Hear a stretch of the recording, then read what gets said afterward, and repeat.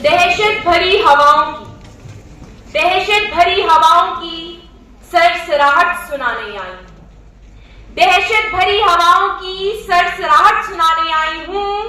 जो देखा सुना समझा वो बतलाने आई हूं। जो बीता होगा उस पीड़िता पर आवाज उठाने आई हूं।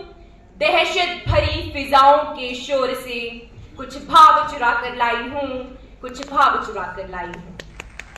सरलता, सहजता व सज्जनता की प्रतिमूर्ति आदरणीय निर्णायक मंडल, आयु से अनुभवी अनुभूतियां एवं सूर्य के समान चमकती भारतवर्ष की युवा शक्ति को मेरा स्नेहपूर्ण वंदन। आज मैं आप सभी के समक्ष स्वयं रचित कविता प्रस्तुत करने जा रही हूं, जिसका शीर्षक है आभा। ये कैसी हवा है, ये कैसी हवा है जो मेरे देश में चलने लगी। दहशत के साए में बेटियां क्यों तड़पने लगी, बेटियां क्यों तड़पने लगी। हर मां बेटी को जन्म देने से है क्यों घबराने लगी कि बेटियों की आबरू का अब कोई मोल नहीं। क्या कानून के तराजू में भी इसका कोई तोल नहीं। क्या यही आजाद भारत और इसकी आजादी की पहचान है? क्या यही आजाद भारत और इसकी आजादी की पहचान है, जहां कदम कदम पर जालिम बलात्कारियों के चलते बेटियां होती परेशान है।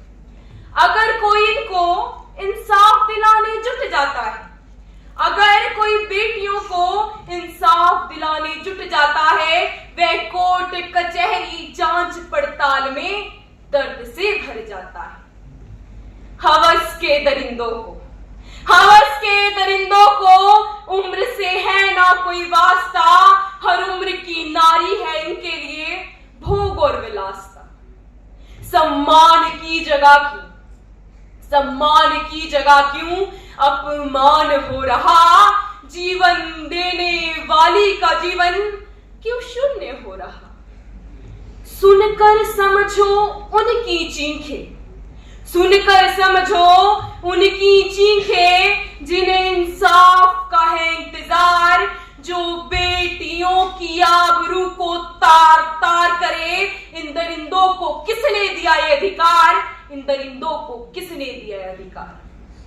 अब बेटियां रात को बाहर निकलने से पहले क्यों डरने लगी, कि अब बेटियां रात को बाहर निकलने से पहले क्यों डरने लगी।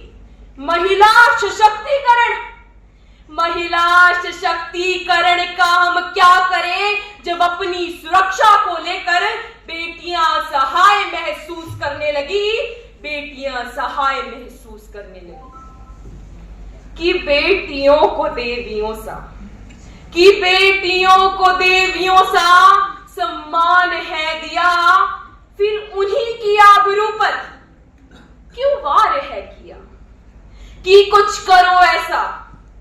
कुछ करो ऐसा कि ये हवा बदल जाए। कुछ करो ऐसा कि ये हवा बदल जाए। बेटियों की आबरू पर कोई नजर ना उठाए। हाँ, मैं मानती हूं कि सभी महिलाओं के साथ नहीं होता ये व्यभिचार। हाँ, मैं मानती हूं सभी महिलाओं के साथ नहीं होता ये व्यभिचार।